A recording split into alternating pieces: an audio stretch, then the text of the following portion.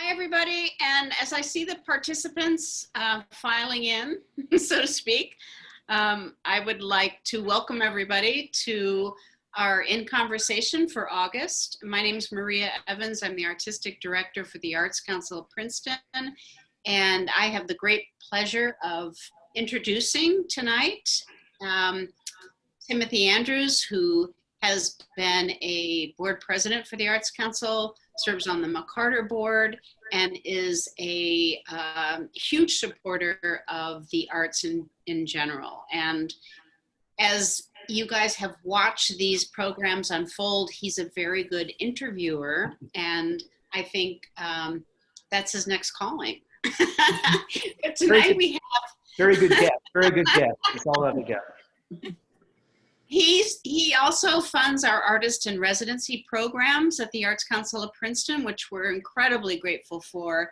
And we are so glad to welcome a former Artist-in-Resident tonight, Diana Weymar, who, I don't know, her life has taken on enormous proportions and gone in so many different directions. And she's like our, I don't know, she's like our star. And so Diana was Artist-in-Resident in 2016 with Interwoven Stories. She has had shows at the Arts Council, Every Fiber of My Being, and then she showed with Nelson Hancock in All That You Leave Behind, which was a very moving show about the story of a life. And she's gone on, as probably most of you in the audience know, to greater heights in Tiny Pricks. And so I don't want to keep you any longer because I'm sure we want to hear from Tim and Diana. I probably am going to jump in from time to time because I always ask Diana a lot of questions in my own right. Known her for a long time, and I'm so glad to have her back tonight. She's coming tonight from her home in Nantucket, and Tim is in Newtown, and I'm in Princeton, and the whole world is here to watch us. So I'm going to step out, and I will let Tim take over. So welcome to tonight's programming. Great, thank you so much, Maria, very much. And Diana, it's really great to be able to spend some time with you this evening. And I know we've got lots of great viewers that are really excited as well. I would just urge anybody that has a question, you can type it into the chat and we'll try to get to those questions as time goes on. So let's get started by just talking about, your life. So where did you grow up and sort of just start at the beginning and take us through, your first few years. So I grew up I was born in the States, and there's a lot of confusion over my citizenship at the moment. So I grew up in northern British Columbia in the wilderness, and my parents lived off the land. And so sorry, I'm just getting rid of this call. We built everything by hand, and we lived without electricity and indoor plumbing. And of course, people always ask, is that when I learned to sew and stitch? It wasn't, but it was when I developed a real familiarity with making things by hand and with repurposing items. So what household items we had then became toys and then became sort of elements of my imagination. So those sort of first 8 years were pretty formative. And as I developed this practice, largely through my residency at the Arts Council of Princeton, a lot of that language of memory and making and using found and personal objects came into play. Now I realize, of course, with Tiny Pricks, the political part of my childhood, my parents leaving the States in 1970, shouldn't surprise me that I'm doing what I'm doing at this moment. So those are two, that's my childhood, and that's pretty much those two elements. The idea of active protest, and then the idea of living in the wilderness and making things by hand, obviously. So where in the wilderness were you, and what was that all about? Why were you in the wilderness? Wow. And I still feel sometimes like I'm still in a wilderness, but my parents wanted to live off the land, and they sort of drove as far as they could in northern British Columbia and found a small town of maybe a couple hundred people and started living there. So it was really a sort of a dream that they had and a vision that they had, both, and I think sort of intellectual vision, but also, of course, it becomes very real and very practical and about sort of a lot of logistics very quickly. And So what was your age there? What was your age when you were living there? I was a year old when I moved there. Uh-huh. So from 1 to 8, and that's really, I think, when I have a lot of my most vivid memories. So some of the first pieces that I started to stitch were of photographs from my childhood, because it was a time when there were very few photographs taken, and yet each photograph contains so many clues of that time period, which I can only sort of remember, which is really does not exist anymore. So many things now seem to shift so quickly, and we look back and say, that doesn't exist anymore, but especially in childhood. Yeah. And so then when did you move back to the States, or you were 8 years old, and what happened then? We moved to Vancouver. My father went to law school, and then we lived in another town in British Columbia, but a much smaller town. And I didn't move to the States again until I went to Princeton. One of the many reasons the Arts Council of Princeton and the residency there was such a perfect fit for me was that my mother was actually born in Princeton, and my husband was born in Princeton, and 3 of my children were born in Princeton. So it was a real homecoming, and I can't sort of say, anything more than it was really the absolute perfect place to do an artist in residency, even though I lived in Victoria at the time. It had so many elements of my own personal history. That connectivity is amazing, actually, to Princeton. Yeah. And so then when did you start doing your work? When did you start, were you, repurposing things as a young child, but then when did you sort of discover, fabric and embroidery? There are a few things that happened as it happens. I had read an article about an art therapist who was doing work with Doctors Without Borders in Jordan with women who had been abused. And it just seemed like a really purposeful way to engage in the arts. I'd always been interested in art. I had studied creative writing in college. I worked in film in New York.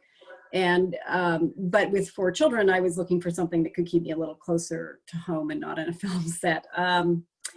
And that was one piece of it. Both of my maternal grandparents passed away, and they collected family artifacts. And I inherited many of the dresses and handkerchiefs that you see in a lot of my work. And in fact, the first sheets for Interwoven Stories were made out of their bed sheets. So I suddenly inherited a lot of textile, and I didn't know what to do with it, and I didn't want to throw it out. And it became incredibly important to me to find a way to preserve it. And I felt and realized very quickly that textile holds a lot of memories for the maker, but also for people who see it. And it does a lot of the work for you. It gives you this beautiful way to capture a piece of history. And so that became especially important with Tiny Pricks, because you can see very quickly how the textile does a lot of the work in terms of the meaning of the text and the artist's purpose in making that piece. So I realized it wasn't a shortcut, but I realized we all have textile. We all carry these objects around. We don't always want to carry them anymore. And the idea of giving them to a public art project or have them exhibited as we did in the show, All That You Leave Behind, which was literally going through a woman's house after she had passed away and using the textiles and objects and photographing them and working with them. It's a real gift to have that sort of, literally that sort of material available to you. And we're going to be looking at things from all 3 of those shows at the Arts Council. So this was not something you started, as a kid. It was something. And so how did you first sort of engage in that first work? I mean, okay, you had this idea in embroidery and fabric, but how did you actually learn? How did you actually learn? I took a course at Vancouver Island School of Art called Art in the Language of Craft, and with an instructor named Danielle Hogan. And in her class, it must have been the setting, but I suddenly felt sort of permission to go through my family archival materials and work with them, because I'd obviously already saved them. And that's the beginning of starting to work with the material. You either at this point, I think, throw things out or you keep them. And if you're keeping them for some reason. There's something that speaks to you, or something you want to pass on, or something that you want to say with those objects. And in that sense, it's already curated material. So I just started stitching photographs, and that was some of my first work. And then I realized that conceptual art and reminded me a lot of the course I'd taken with John McPhee at Princeton. And so I started, I emailed John and I said, can I stitch some of your writing from the New Yorker? And he said, Okay, I never been asked this before. Of course, he wanted to make sure that it was very carefully proofread. And I had done a sample page for him, and I'd taken a photo of it and sent it to him, and then he corrected it, of course, and sent it back to me because I hadn't, completely copied every bit of his writing properly. So those were the first pieces that I really started to make. And it was, again, going back to the time that I had spent studying with John McPhee, and remembering that amazing course that I took and how much it sort of informed a lot of other things, even though I did not go on to become a writer. As some of these amazing experiences in college can do, they can come in a back door and inform who you are and how you think.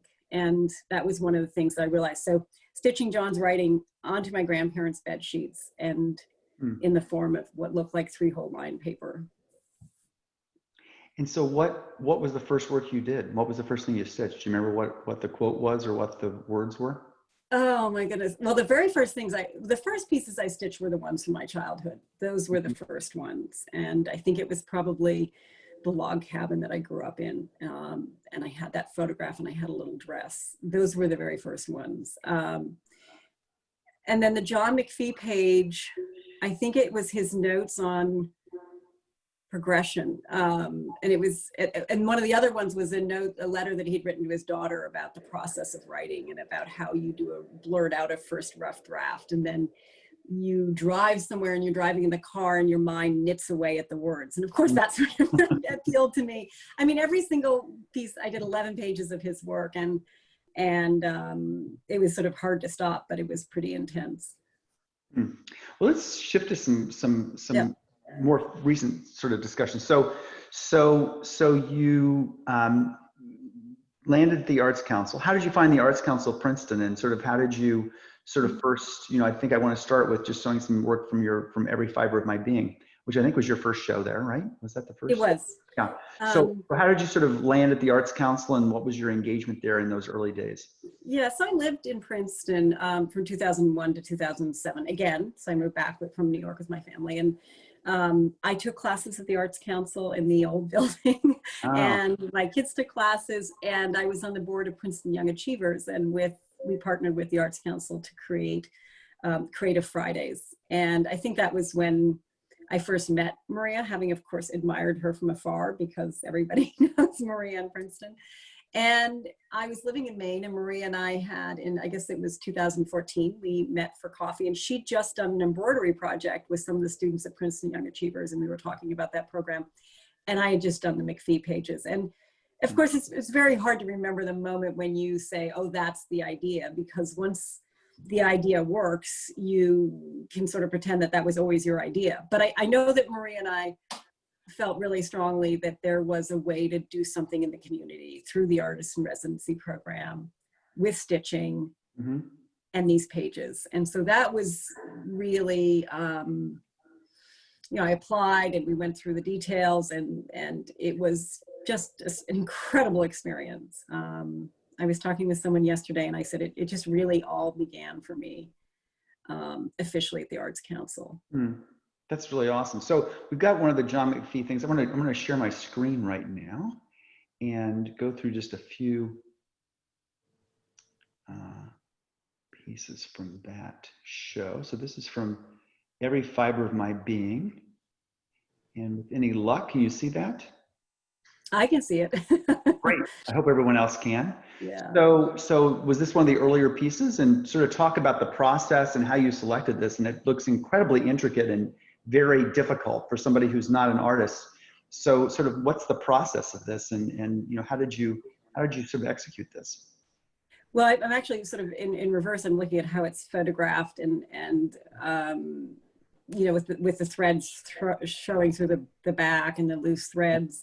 And this is a very sort of translucent image. And I was really interested in sort of drawing out text and seeing if we could read it differently. And I had a lot of people come to see this piece in different shows, and including John, who said, I read every single word because you had stitched it. So my first sort of really, one of the things I'm always very curious about is how we read differently in thread. And so once, I decide to stitch something, the next sort of question is about how much you're translating and how much is visible, how legible is it, and then down to all these sort of very basic choices. This piece is sort of when John is talking about, sort of the humanity of geology and what he fell in love with in the language and how he fell in love with language. And of course, the notebook paper, that was for a long time for me, just my go-to. It just worked. And I think it's partly, the nostalgia that I no longer buy a ream of paper for my children when they go to school. And then it was the nostalgia for a writing course I took in college. But then it was very much this language and making it, sculptural, making it an object, and really honoring the craft. The craft of John's writing is amazing. It's interesting you mentioned the readability of this and sort of how that works. And so there's no real, there is no history of it. I've not seen this before.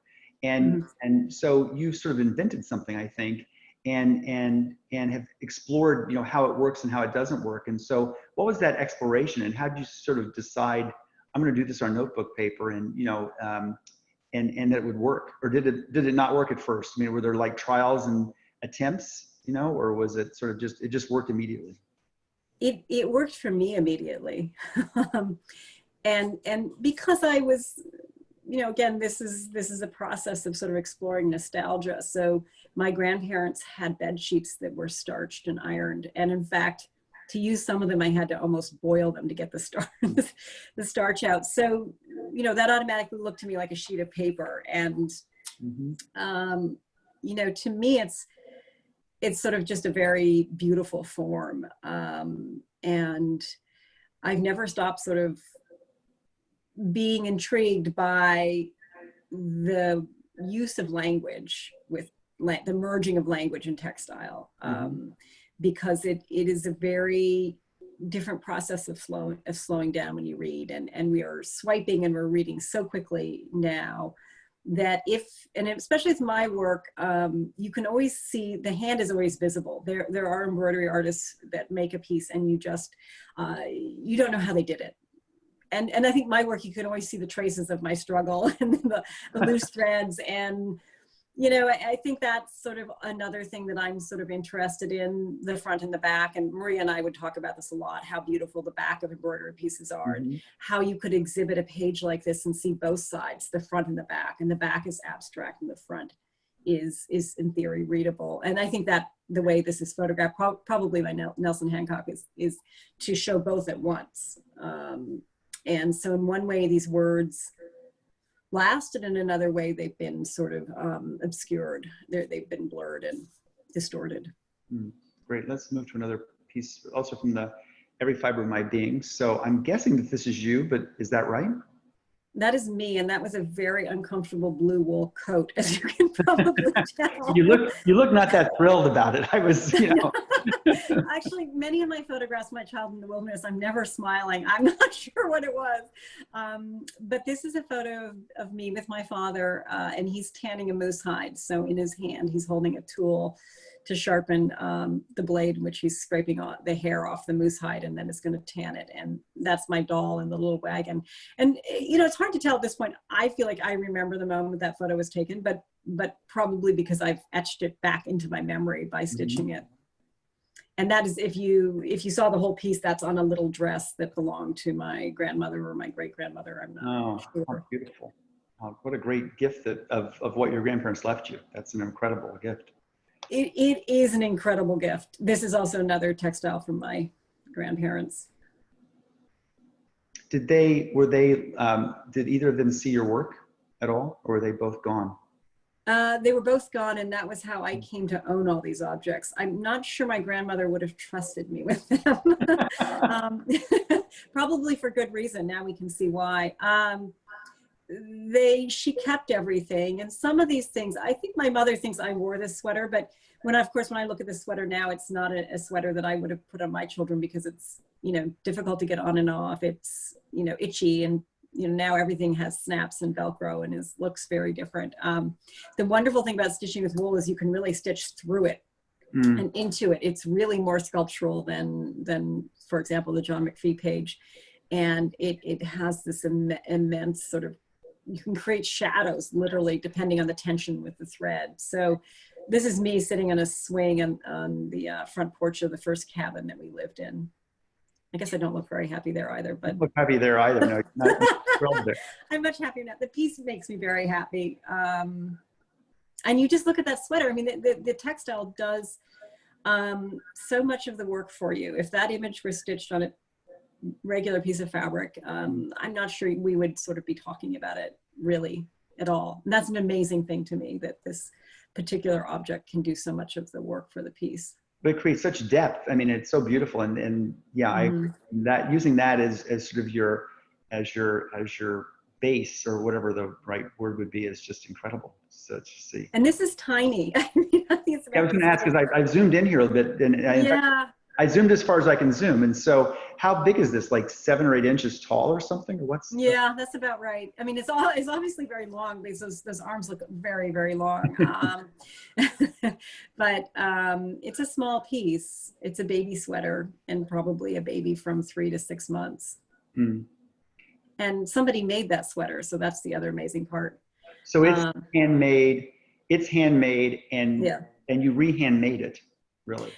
And I've closed it. So if we really were to spend a lot of time talking about the language of that piece, you can no longer wear it, which makes it different than a decorative sweater that has stitching on, and then you wear it as, for example, the amazing sweaters that Lingua Franca does, which is really has text stitched into them. And the whole point is to wear and show the meaning of the language you use and identify with. But this is closed. I mean, it's really sort of flattened. It's not the right term, but sometimes I refer to these pieces sort of as roadkill, because they've just been flattened. And you look at the back of them, and it does look a bit like that. I mean, it's really this very, there's a real impact of the thread on the textile. Switch to another photograph, I think. Probably on a dog sled or something, right? I think. Exactly. So, and then so when you talk about sort of the making of my childhood, my father's wearing gloves that my mother beaded. And he built the dog sled that my brother and I are bundled into. And this is, of course, in a very long christening gown. So when you see the full piece, it's confusing at first, because these don't look like children who would be wearing a christening gown. And the gown is quite thin and quite vulnerable and coming apart. So in this case, pieces like this, the stitching becomes almost like a scar, or it becomes to some degree much more stable than the actual original textile, because of the work that's done with it. Let's go in a bit on this one. This is a very tiny pillow, and there's a great. There are a lot of great books on stitching, but this was from a book about subversive stitching. This is really a beautiful piece. Is this also tiny? It's tiny. It fits in my palm. Another photograph. I love this photograph. Yeah, this is a black and white photograph. That's my brother Russell. We're catching lightning bugs in a jar.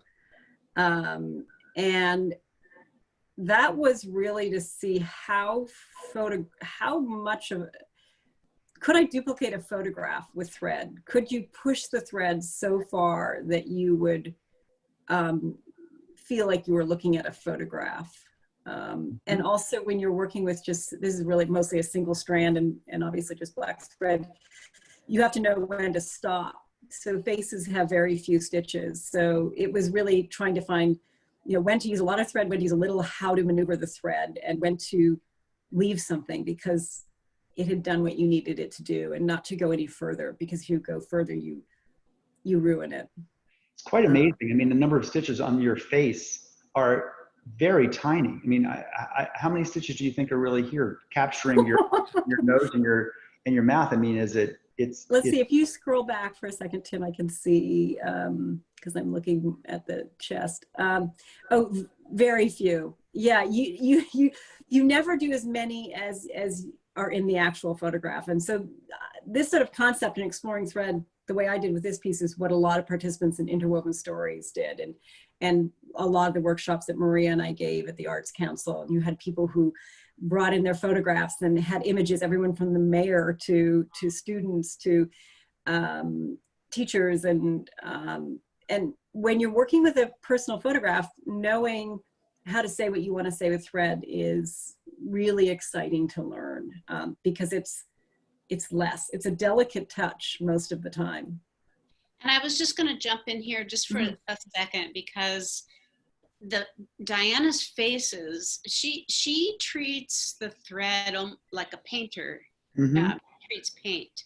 And when you asked how big that was, they're teeny tiny, like one strand of thread. And we had so many people come in and say, I can't quite do the face. And they would go and they would look at Diana's faces. And we'd look at them so closly and we say, well, look, there's just a teeny little indication for the eyes and the nostrils and the mouth.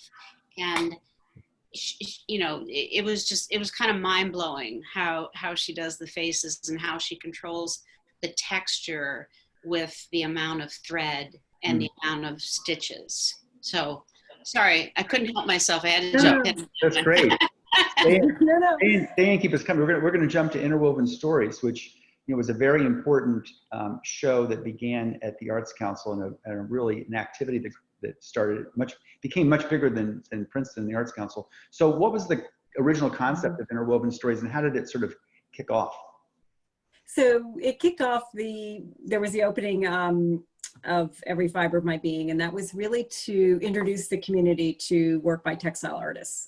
It included the John McPhee pages, but those were the only those were the only pages that were in the show. There were artists that were using masks and pantyhose and scraps of fabric and repurposed quilts. And then of course there was Myra Coleman. So it was really, that launched it. But I have to say that even before that, one of the great things about the Artist-in-Residency program at the Arts Council is the Arts Council is a community institution. So if you want to work with the community the way I did, the Arts Council had art instructors who were working at the hospital, who were working with Princeton Young Achievers.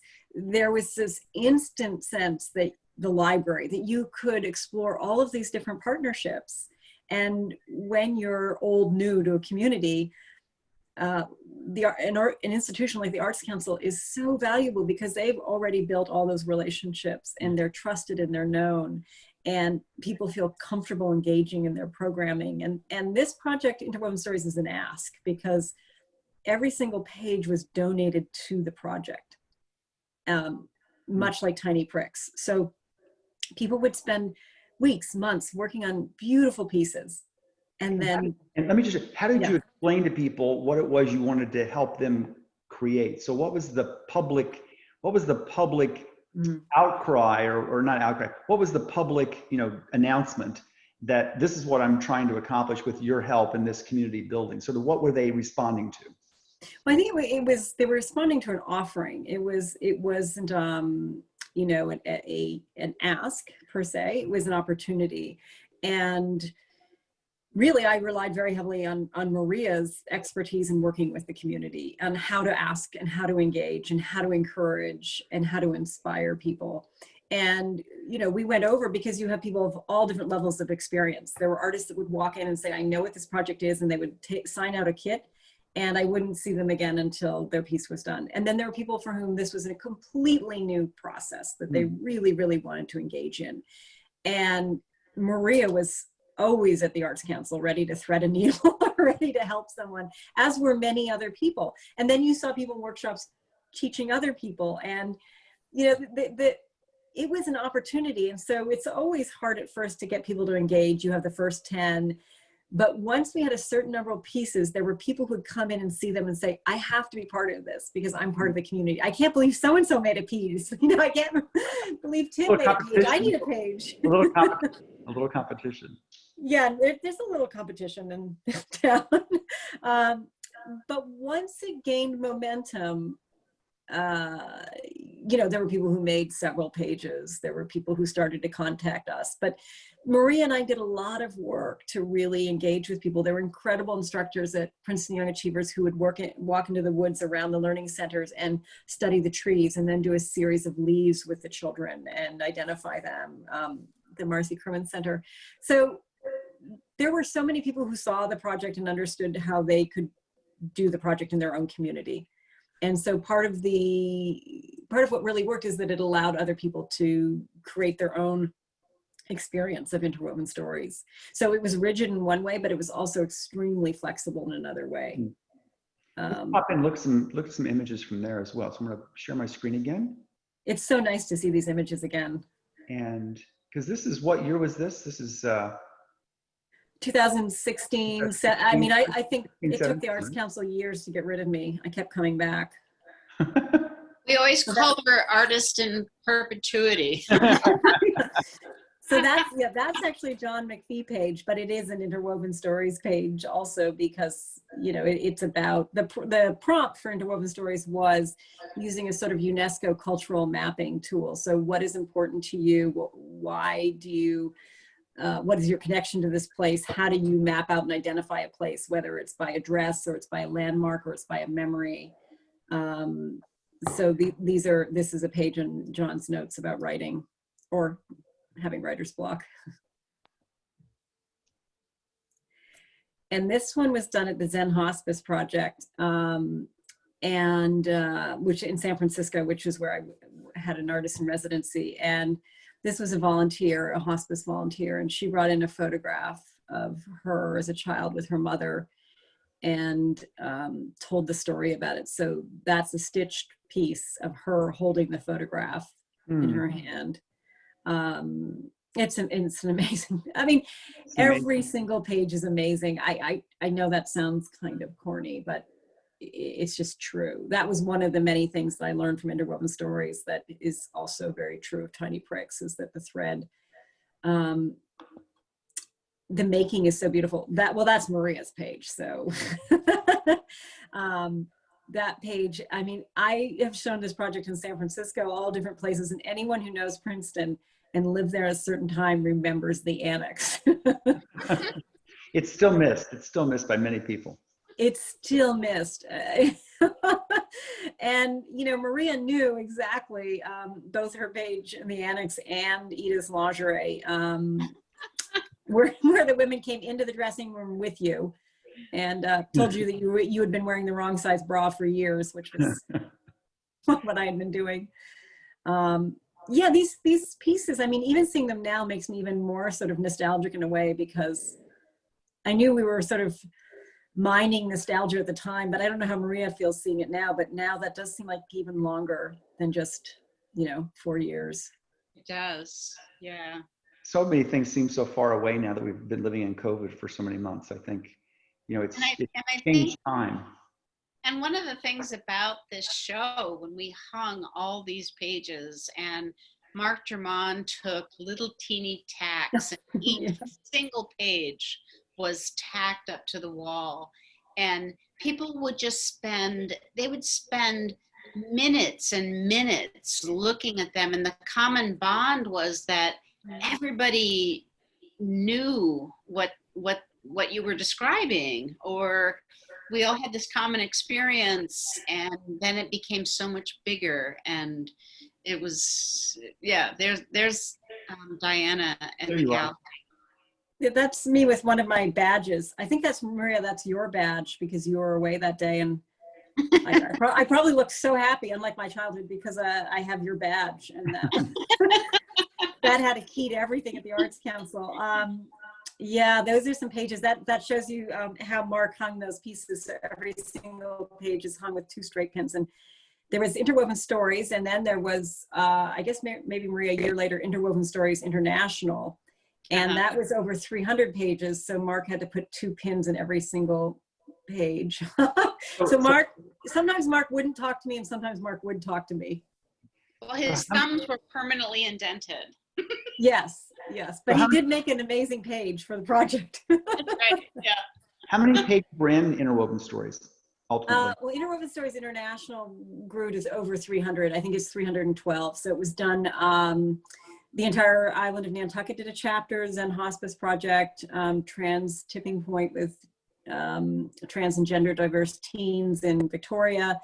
The Petty School got involved very early. And then with Build Peace, I took the project to Bogota and Zurich, and I guess Belfast. So this is to sort of show you how the pages were hung. And I still had people who, I think Maria, you may have shared this experience, couldn't really believe they were looking at fabric pages. And I think this is the Nantucket chapter and the University of Puget Sound chapter on the left. So in the upper right corner, you see a page that someone has stitched of clay tennis courts. But it looks very abstract and looks like a painting, really. Yeah. And here's how it filled the gallery. This is amazing. It was amazing. It's true.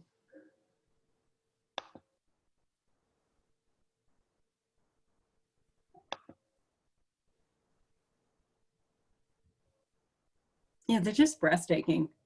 Yeah, this is really, whose work is this? Is this your work? No, that is not my work. Oh gosh, Well, I I wish love I that. could remember. Maria, do you remember? I don't remember whose that was. Jeez. But I think another thing that made it so amazing when they all came together is they all had the same parameters. They all had the same format. And Diana had to make so many of these pages on the sewing machine and then punch the holes in the fabric. And with a hole puncher. Crazy. All the blue lines going across horizontally and then the single red vertical, and yeah, just processing all the pages was a monumental task. Yeah, that's amazing. And you said each person just came in and got a kit, right? So they were able to sort of gather what they needed and then come back with a finished product. Is that the process? Well, Right. no, there were steps in between. Well, there were workshops if you were struggling with your piece, and Maria and I were often, available to work with people. So sometimes it was, people would take a kit home and they come back with a piece. But often, there were some things to figure out, and it was nice to figure them out with friends and figure them out with other people. So let's now switch to All That You Leave Behind. So this was a joint project, I think, with photographers. So how did this come to be? And because this is such an interesting story, I think, in terms of what it really is, and then the work that came next. So how did this come to be, and explain to folks what this really was about? So I actually have a catalog here, another beautiful Arts Council catalog. So Nelson Hancock and I went to college together. He's a photographer based in Brooklyn, and we both were sort of in our own ways exploring places that had been abandoned, but just abandoned. And so he was going into apartments after someone had moved out and taken most of the stuff, but then left most of the stuff behind. Or maybe they had moved something so you could see where the wallpaper was faded, where something used to be. So there were all these signs of life having just left this space. And so Nelson was taking these photographs. And then I, of course, was collecting these textiles and stitching the pieces. And of course, it's always been a dream of mine to work with him. And we originally started taking photographs of the what was left behind after the Santa Rosa fires. So we spent 3 days photographing houses after, I mean, just the devastation is, and the photographs really were very powerful. But when we went back and talked to Maria about it, there was something too raw about them, I think. And it's something you encounter, I encounter also with Tiny Pricks, is how close are you going to go to an event that just happened and how raw it is.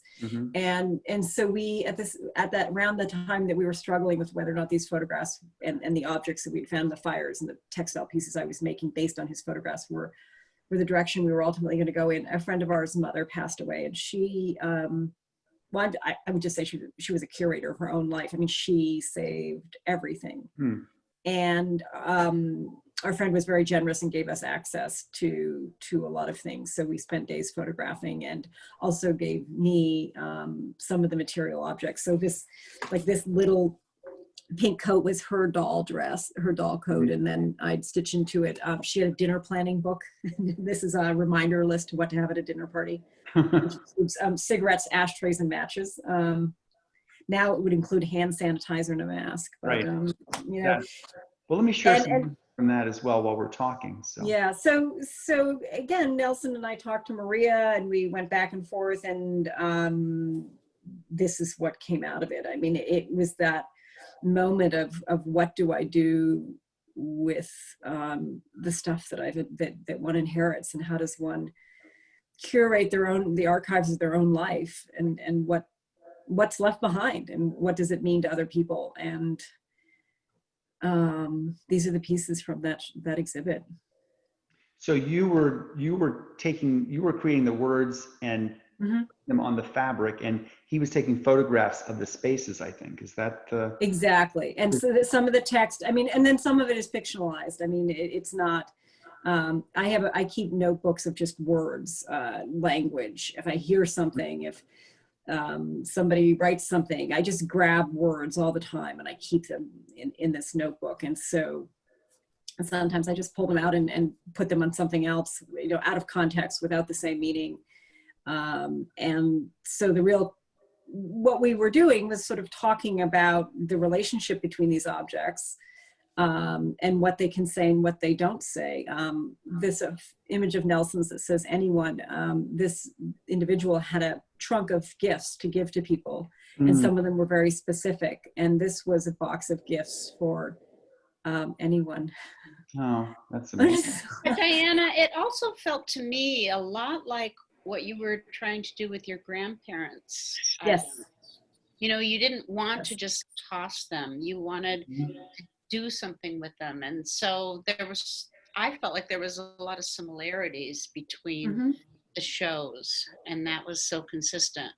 I think this is a very different kind of tossing, Maria. It is in a way tossing, because it's putting it out there and then the pieces are sold. I mean, a lot of this work I don't own anymore. So it's tossing it to someone else. I think that was one of the challenges, was right.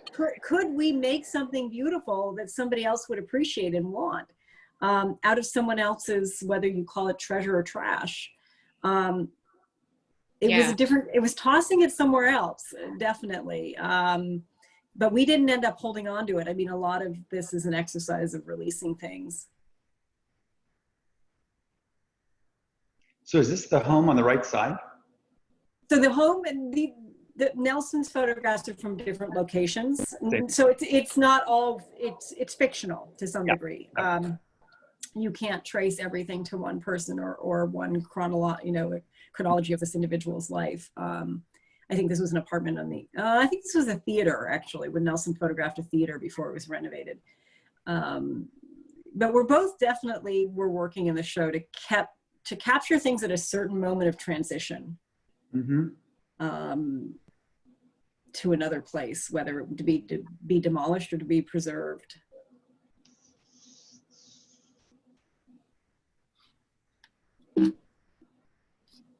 And these pieces are also very small. The textile pieces are. So we were always playing with proportion. The photographs, you know, some of them were very small and some of them were very large. Some of the textiles were longer christening gowns, and some of them were very small pieces.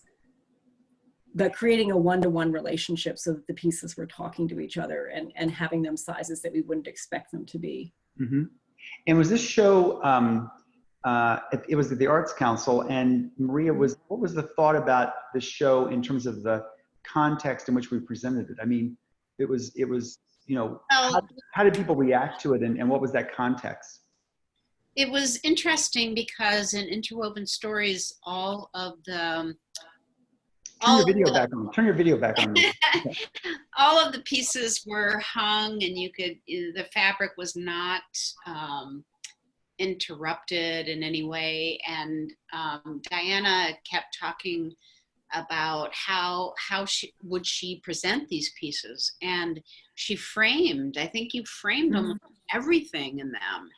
And they turned out to be these beautiful little pieces caught in a frame and really well presented, and they felt so different than the other shows. I think because of that. I think you're right. It was moving.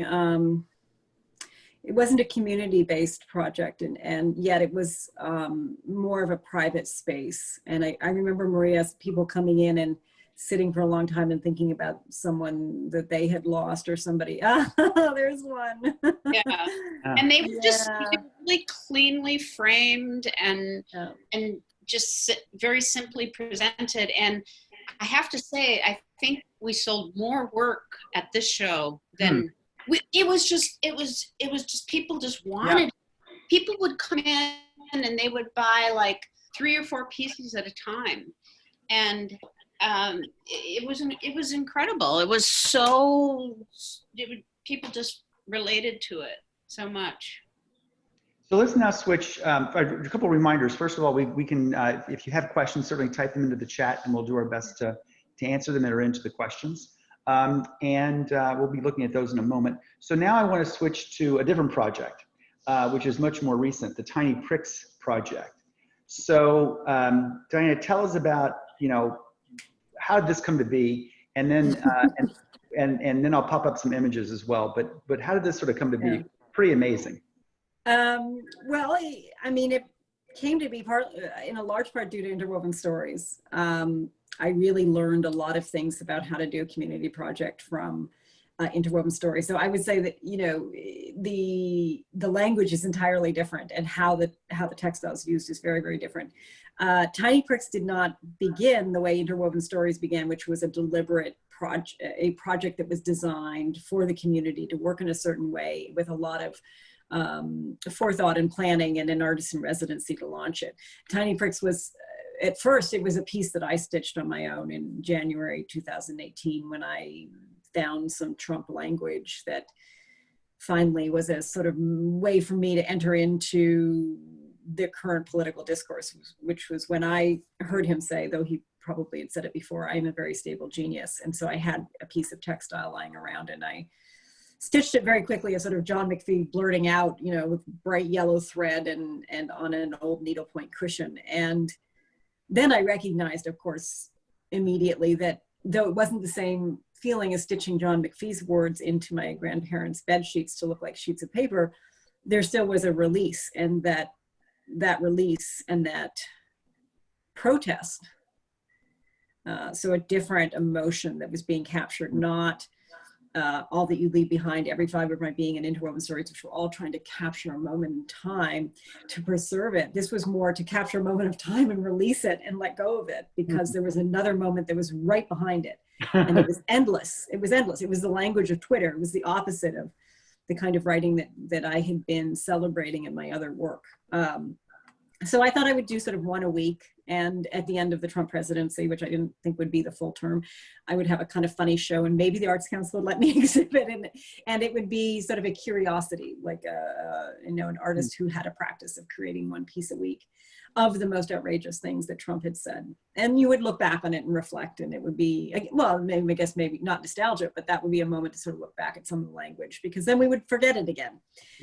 So, I mean, none of that was true. And so Tiny Pricks really became Tiny Pricks about 4 or 5 months later, when I was here in Nantucket, and a group of friends said, let's hold a workshop. And even before that, Kyle, who's I think still watching, I hope, had asked me if she could do a piece, and she had done a piece. So she was really, I think, the first participant in making a piece. And the workshops that summer were really interesting and similar to the every Interwoven Stories workshops, except that everyone was talking about the same language. So in Interwoven Stories, you're making a personal piece. In Tiny Pricks, you're talking about Trump's language and the politics and your personal politics and your experiences, especially for women, especially the language that came out of the beginning, well, when Trump was a nominee, the Access Hollywood transcript. I think that inspired a couple thousand Tiny Pricks. I mean, the language in that transcript seemed still sort of trying to figure out how that could be just locker room talk and how we could still have a president who would say something like that. So Tiny Pricks really started to take off that summer of 2018. It went to New York Textile Month. And because of the residency in Princeton, I knew I learned things about how to engage with other people, how to make something accessible, how to learn from participants, how to adjust, how to be flexible, how to sort of commit yourself full time to working with people that you may never meet, and to let that community grow. And that's what it's done. And so what were the, in the other show, in Interwoven Stories, there was sort of a kit and some guidelines about what to do. Yeah. And what was the guideline here, other than capture words, that mostly were from Twitter, I suppose, but you're really documenting, a presidency. And so beyond that, were there any guidelines that you asked people to follow? I had some ideas in the beginning. I was sort of, I discouraged people from using clothing that was already sort of fetishized, like underwears and bras. I was sticking more to the handkerchiefs and sort of very basic, textiles that I could hang easily and install. Yeah. But one of the first things I learned about Tiny Pricks was it was just much more interesting to see what people would do, and to see what they came up with, and just to sort of show you, like, here's a piece on a mask that somebody made, and here's another piece on a hoop. I mean, it just really. And here's a piece on the White House, the letter, the economic impact payment letter that was sent out. I mean, this was just to if people needed guidelines, because it can sometimes help you be creative, they were there. But if you didn't need them and you had an idea or an inspiration, it was fascinating. It's fascinating to this day, 3,500 pieces later. I was going to say, so this has gone huge and international, and so you're 3,500, and how are they coming in, and are you getting photographs? What's the process of managing all this? And we'll talk about that in a minute. I want to show some pieces, but I'm going to pop one up while you're talking. But how are you managing this? Because 3,500 submissions, et cetera, is incredible to imagine that there's that many things to say, but then also that you've got that many people so excited. My greatest concern about Tiny Pricks is we won't capture it all. I mean, every day I think I'm missing this quote. That's a really good question. I mean, how it really works is I have a lot of, this is Nancy Burnett's piece. This is amazing to see. She's a Princeton resident and made a piece for Interwoven Stories also. So how it works is I have a lot of support. So I don't have an artist in residency. I've worked with galleries. I've worked with individuals. My family has been extremely supportive. I have family members who have, are really my shipping and handling. My daughters have made pieces. My son has made pieces. One of them, my husband's been incredibly involved. I can't follow the news all day, and he'll send me, quotes with a hashtag must stitch.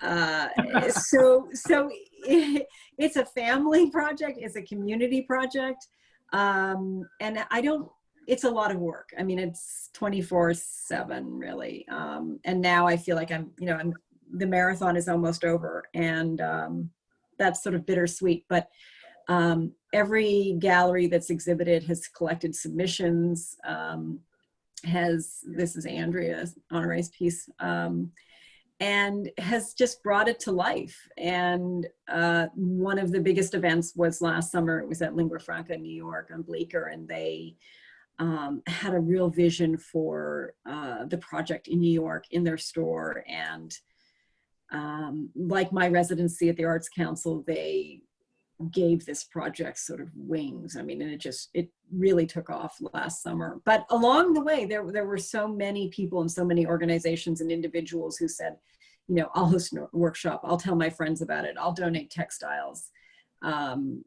It's overwhelming if I sort of stop and think about all of the people, not to mention people in other countries who have said, I want to start a chapter, or we want to send in pages. This is Danielle Otis's piece, Drain the Swamp. We picked some pieces by people in Princeton. This was her son's pillowcase for his pillow.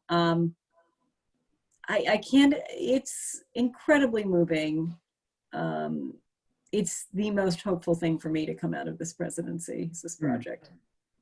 And so your goal for this is to capture these words so they're not forgotten, or so that they are forgotten and discarded, as you sort of said, you know, you're not really preserving them, you're sort of capturing them and doing something with them.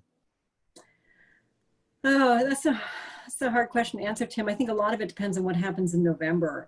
People ask me how it's going to end and what's going to happen to it in 5 years and 10 years. And I think a lot depends on how we react to this presidency.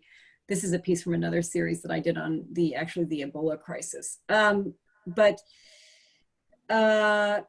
So it's two things. It's in the present and in the moment. It's about following the news. It's about community. It's about craft. It's about activism. So it's all of these things in the moment. It's about having an online gallery on Instagram and sharing and supporting each other. You know, a lot of the participants, I think, know each other through this project and comment on each other's work and support each other through this, I mean, crisis after crisis, frankly. So if, you know, the goal of the process of the participation of the community building has been achieved, but it also is a physical collection, which not all social media events are. This is actually their objects, and what happens to those objects and what the performative element is. So for example, of course, the AIDS quilt went to Washington. I mean, I don't know where on the mall where Tiny Pricks goes eventually, because I don't know how this presidency is going to end. And I think that will tell us. I mean, the pieces stay together in a collection. The pieces created by participants are not for sale. They stay together. Interesting. And I don't have plans to turn them into a quilt. I like the freedom of curating them in different ways. So right now at Beacon Gallery in Boston, in a group show called Mixed Messages, there's an entire wall based on quotes about women. So how language can be used and weaponized and used as sort of a tool of abuse. So if it's a quilt, then I don't have the freedom to sort of pull out pieces and work with them in that way. I'm just showing the Instagram page. Yeah. Is the first of your projects where you've so intensely used Instagram to show the work? Because I think that's interesting. You know, the social media and the technology that we all have access to. I mean, you know, if we sort of rewind things, you know, 10 years ago or so, it would have been photography perhaps in some sort of form used to capture things. But now we can capture it and then share it in a way we weren't able to before. So is this, I think you said yes, but so tell us about that, because I think to me that is an interesting part and we probably have a lot of artists that are on this discussion tonight. You know, how as an artist do you transform the work into yet another form that can then be shared? And what was your thought process, and maybe even some concerns about doing that? And because it's a completely different medium. So I think I was barely on Instagram. My daughters were on Instagram first and told me I should get on Instagram, and they will tell you slow to do it. In fact, I have a piece of paper in my studio wall that one of my daughters wrote down, like, how to get on Instagram and what to use it for. Sort of, here, Mom, here's how you do it. And I didn't understand what it could be used for. I didn't understand that it's a gallery and you can curate it and you can bring people into your gallery, especially now. You can bring in people into your gallery and there it is. It exists in this incredible way to be shared. And of course, on Instagram, it's mirroring the way in which the language coming out of this presidency is presented, which is largely on Twitter or in Twitter-sized bites. And so that seems appropriate. You know, it's not as labor-intensive as John McPhee's writing to translate into textile and thread. Yet, I work very hard, and all of the participants work very hard to infuse each one of these pieces with history around it. To tell you a story. So you can tell, and if you look at my pieces recently, that I have been going through one of my children's dress up bins, and that hat and that groovy doll dress and the Alexandra doll pants. I mean, all these things were dress up textiles. And so there's a lot of other history that's being recorded in this project other than Trump quotes. And in fact, January it opened up to include what I would call sort of more positive language. And now that we have a vice president, hopefully, that Vice President Biden has his running mate. It's actually on the screen here in the upper left-hand corner. Yes, I had to do that very quickly. But if you scroll down, you'll see pieces based on things that John Lewis has said. So it started not just to mirror Trump, but to mirror the more positive language and other ways in which political figures and leaders and other people are talking about what's happening right now. Because I hope that just like we will transition, the project will transition to another kind of language. But you asked, I think earlier, what the sort of rules were, what makes this a collective project and what keeps it together. Mm-hmm. And it is largely a protest, and it is a material record of accountability. And it's to keep track of what is being said, not because of the impact it's having now, but also because of the impact that it's going to have in the future. And we don't know what that will be, but we will never go back through Twitter and scroll down and look at all the things that Trump has tweeted to try to figure out, where we are in 5 years. Right. So my hope is that this project will shed some light on what people heard and how they processed it and what they had to say about it. Go ahead, sorry.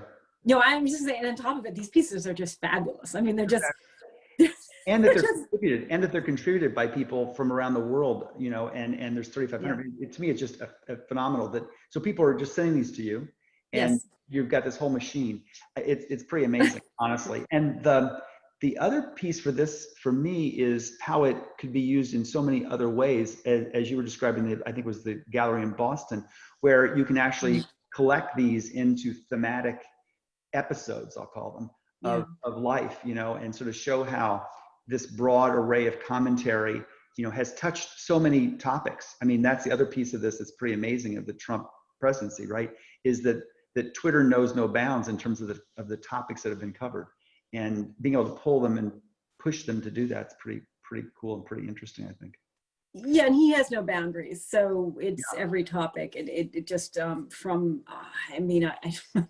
overwhelming to sort of think of them all, but from how restaurants should keep clean to building walls to, there's so much material. The temptation is to be overwhelmed or to block it out to some degree, and my hope is that Tiny Pricks is a positive and productive way to engage, and that engagement can be more meaningful and more active. You can do something about what you're hearing. You can make something, and you can then contribute it and be part of something, hopefully, that's very positive.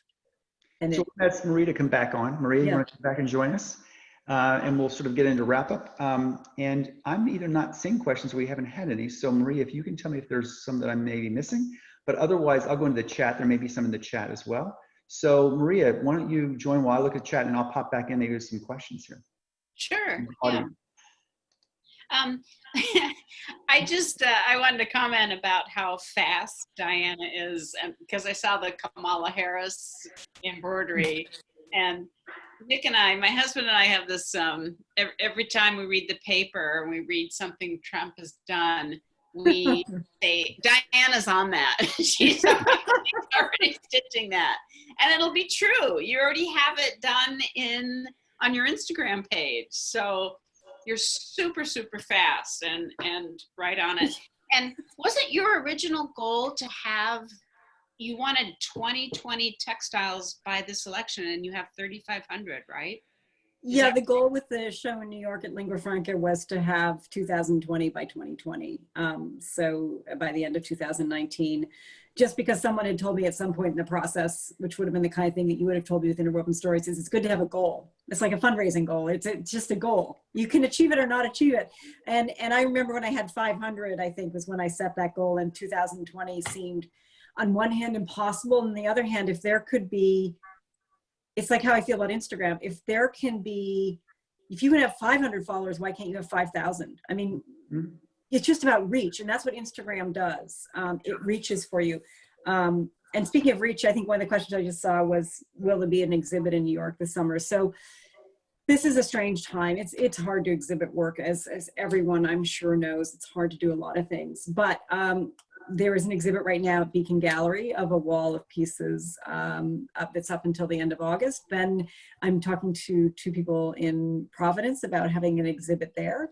And it will come to Plant House Gallery in New York in October, and to Culture House in Washington, D.C., hopefully at the end of August, and then hopefully be up for 6 months. Again, everybody is watching the guidelines and figuring out, how open they can be. There's some at the Tang Museum. Will be at Skidmore. I'm not sure if I'm forgetting some. So the goal is sort of to have it as many places as I can, but I've had exhibits obviously canceled for good reason, and we want to keep everyone safe. Yeah. So another question, in talking about galleries, and you mentioned that the work that was contributed is not for sale, but from an economics perspective, how are you approaching and thinking about the economics of art as an artist now, and in this sort of pandemic period? And what's your advice? We have a number of artists that are listening in, tonight. So what's your advice on how they sort of engage with their audiences, and how do they maintain economic viability for themselves, for those that need to do? So I've been fortunate to partner with like lingua franca, people who have businesses who are not strictly arts organizations, although I've also worked with a lot of arts organizations. I've worked with a wide spectrum of people who understand that artists need to sell work. And so I do special pieces that I sell separately.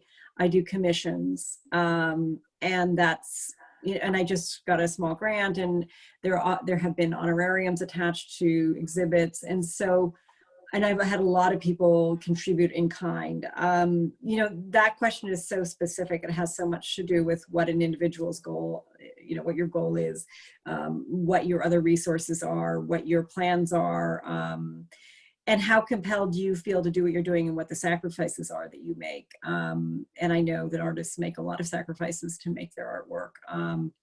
Instagram is just, I think if you're an artist, you must be there, especially now, just for a variety of reasons. It'll never replace seeing the work in person. When you look at my Instagram feed, you can't tell how big the pieces are. You don't have a sense of scale, and there are a lot of details that are missed.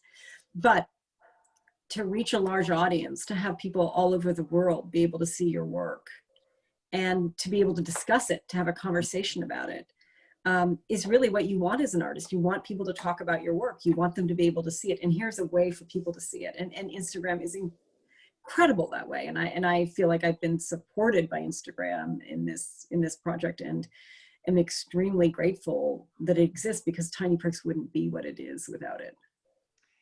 Another question is, so much of your work is so incredibly personal that it's on fabric from a family member. It's something that sort of captures your childhood. So how do you select which of those items you would part with, to somebody that really falls in love with something, and how much do you keep for yourself and you can't release because it's so personal? Well, Marie and I talked about this with All That You Leave Behind. There were a couple pieces that I just thought, it's really hard to sell this. Because I want to make money, because I have to support the project. So that's, I toss it on to somebody who appreciates and wants it. And that makes me happy, and I can't keep it. I'm not making, I keep the participants pieces, and I've made hundreds of pieces that will stay in the collection. But I have to, it's interesting to do the other work. It's helpful, and it supports the project. So really out of sort of necessity. And I've learned the personal piece, I've learned that if it's not personal, in the case of my work, other people aren't going to be interested in it. So I have no choice but to make personal work. And I'm doing a commission right now. And in fact, the person, we've been going back and forth, and she said, no, I want you to make it more personal to you. And so I appreciate that. But yeah, that's the tension, but that's what makes it important. I think that's what makes other people appreciate it. If I just went and bought a bunch of fabric from a fabric store, I don't think it's the same story, and I don't think they're looking for that, and I don't feel like that's what I have to offer them. I have to offer this small piece of me, and that's that's what I have. I think that authentic and transparent are so important, you know, always, but especially now. I think, you know, there's so many inauthentic or unauthentic things going on in the world that I think we're all looking for something that's super authentic, and your work is incredibly authentic and just beautiful and moving. So thank you very much. This has been great. Maria, anything else you want to cover, or anything that Diana wants to say before we wrap up? Diana? I know I missed a few questions. I think I saw some go by and they went by quickly. But if you asked a question and we didn't answer it, please direct message me or email me, and I would be really happy to answer it. I'd be happy Diana, to. I'd just like you to mention your website, the website, and your Instagram. Yeah. Oh, Maria, you had the kits. Oh yeah. And Maria wants to talk a bit about something very important to the Arts Council. And Diana, thank you so much for your very generous commentary about the Arts Council. You know, we all love it for very different reasons. We all have our own personal relationship with the Arts Council, and it's meant so much to me and so much to the people in the community. And really, you know, it was really a blessing to hear you talk about it in such great ways. You know, as somebody who's been supporting this Artist-in-Residence program for I think 3 years or something, you know, I'm just super moved by what you said about it, because it's really important to us. And there's so much work that's been going on. And the Artist-in-Residence that have been here the last couple of years, we had a outdoor mural that was created that is just incredibly great in the local community around the Arts Council. And we have great work going in to the Arts Council right now. So, and Maria has a new project she wants to talk about.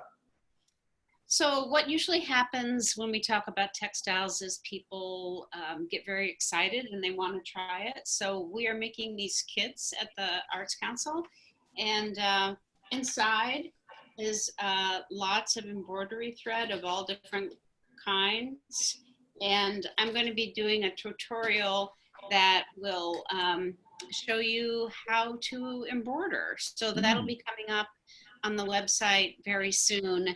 And just kind of about I think one of the questions we get a lot is, well, I don't know what I don't know what I can embroider. And as Diana pointed out, she got lots of material from photographs, from reading the paper, from words that people say. There's just so much that could inspire you, it could be your material. So I'm going to go into that a little bit. So look for that.